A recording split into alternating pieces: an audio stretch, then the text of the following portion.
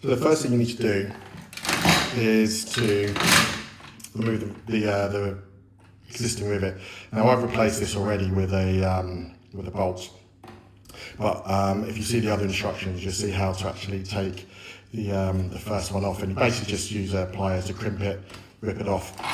Once you then remove the first bolt that comes with the rotary dryer, you should now easily be able to move it. So if I turn it on its side, you can see literally slide the whole unit out.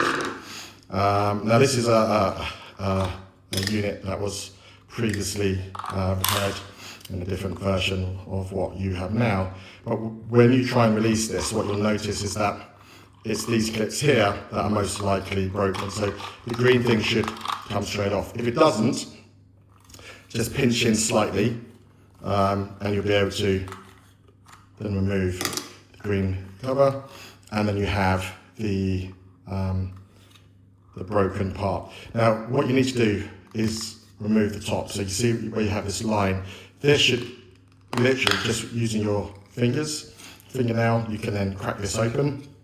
And as you can see here, this is now come off. And we want to keep this to put back on the replacement part. So this now, I mean, ultimately is no longer needed. If you now take the replacement part, it should look like this. Don't worry about the sort of look. This is made out of a very, very, very tough PET plastic, so it's very, very strong, but still has the flexibility. And so what we're doing is we're in effect replacing like for like. So what you need to now do is slide the new part in. Now, in order to do that, the peg part here, as you can see, needs to be able to slide in. So for example, if I try and slide it in this way, it's just going to get stuck.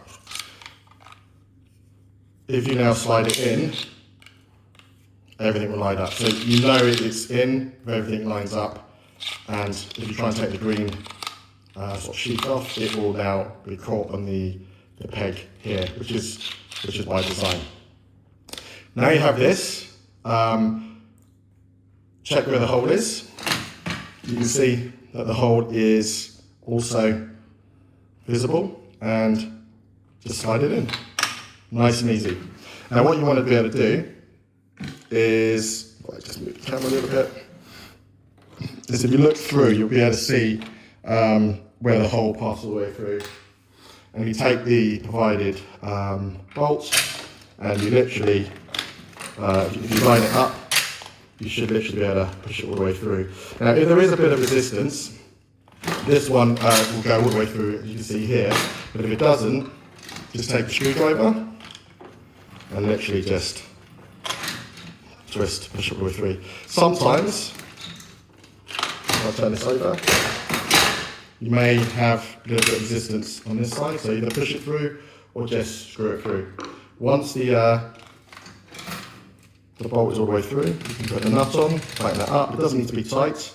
It doesn't matter if it's tight or not, because it's going to stay in place.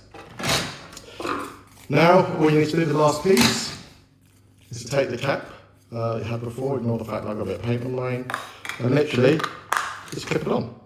And there you have it. You literally now have the working unit replaced. And as you can see, because you kept the original cap, for all intents and purposes, it looks exactly like it did before.